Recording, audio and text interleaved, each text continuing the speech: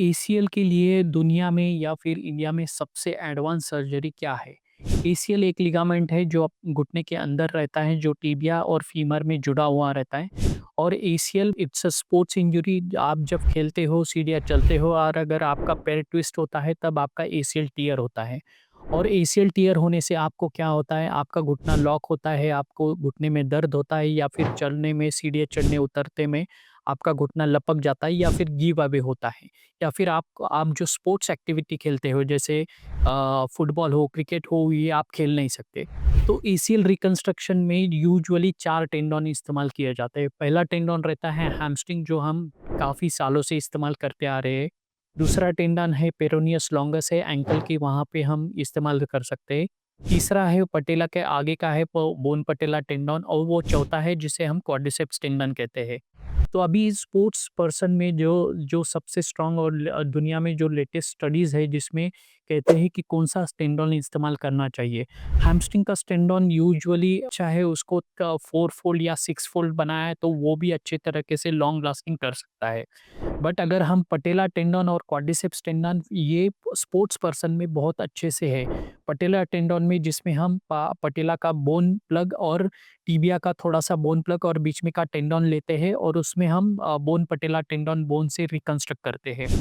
But उसमें थोड़ा-सा anterior knee pain होता है और वो थोड़ा ओपन सर्जरी होता है।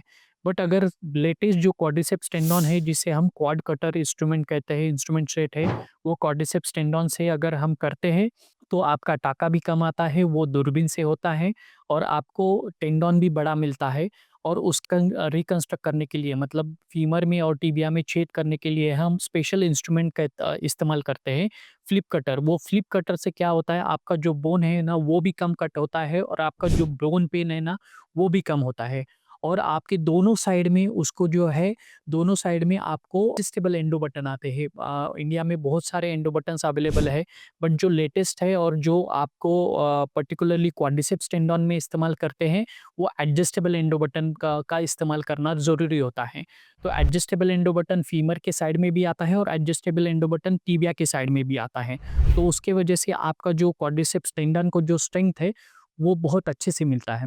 और पहले हम क्या करते थे, एसीएल सर्जरी के बाद बाहर से ब्रेसिंग करते थे, बट अभी हम एसीएल के सर्जरी के बाद इंटरनल ब्रेसिंग करते हैं, मतलब अंदर से ब्रेसिंग करते हैं। सिर्फ फाइबर टेप करना, फाइबर टेप डालना, डालने से आपका जो इंटरनल ब्रेसिंग है, जैसे हम इंटरनल ब्रेसिंग करने की वजह से आपको जो इनहेरेंट स्टेबिलिटी है, वो ज़्यादा मिलती है। तो ये एडवांस टेक्निक से अगर आप एसीएल करते हो, तो आपका रिहैबिलिटेशन, एसीएल रिकंस्ट्रक्शन और एसीएल रिपेयर का जो सर्जरी है और जो रिकवरी है, वो जल्द से जल्द होती है। और तुरंत हम उस दूसरे दिन ही आपको वेट बेयरिंग एज़ टॉलरेटेड चलाते हैं, घुटना मुड़ना चालू करते हैं और physiotherapy under guidance with under advance physiotherapy centre आपका फिजियोथेरेपी स्ट्रेंथनिंग चालू करते हैं। और 4 से 6 हफ्ते में हम आपका गार्डेड वेट ट्रेनिंग और एक्सरसाइजिंग ट्रेनिंग भी चालू कर सकते हैं। So this is the surgery which is the game changing surgery for ACL reconstruction patient.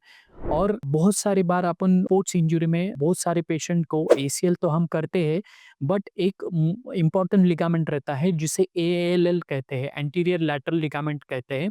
तो ये एएलएल लिगामेंट का भी रिकंस्ट्रक्शन हम पर्टिकुलरली स्पोर्ट्स इंजरी पर्सन में करते हैं। अगर if the patient is sports injury, तो क्या होता है, एएलएल जो है आपको रोटेशनल स्टेबिलिटी देता है। तो इसलिए हम एक एक्स्ट्रा आर्टिकुलर प्रोसीजर कहते हैं, जिसे हम एलएटी प्रोसीजर कहते हैं, जिसमें आपका जो लैटरल साइड का जो टेंडन है वो निकालते हैं और वो फीमर एंड टिबिया में अटैच कर देते हैं, जिससे आपको रोटेटरी स्टेबिलिटी मिलती है।